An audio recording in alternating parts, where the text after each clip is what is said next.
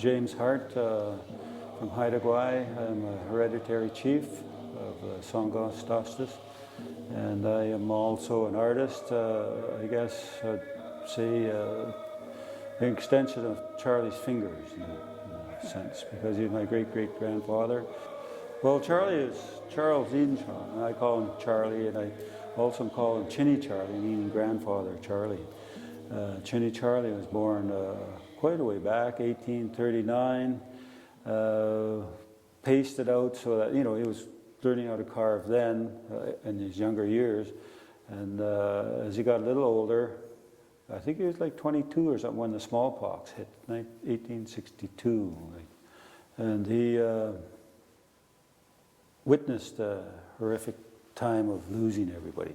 Like, they knew everybody in the villages were totally wiped out, and there's a few survivors. And so they tried to carry on, but it was a lot different then. It was about getting together and survival of all the different village folks, different clans.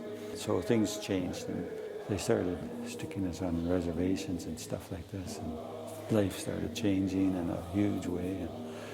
But he carved and carved and carved, and I think a big part of that carving so heavily was it was a medicine too, to help him get through all that stuff he was going through. He was a grandfather,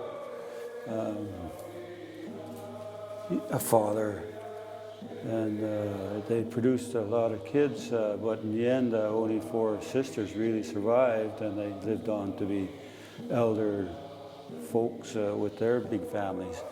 And but Charlie, I heard stories about him when he was, like my great uncle spoke about him, my great grandmother, my great aunts, and they spoke about him. And one of my great uncles was talking about when he was a small boy, he's about 5 years old, running around the house and that, and Charlie would be sitting there carving away. And he carved and he carved and he carved, and I'm told he carved every day. That's what he did.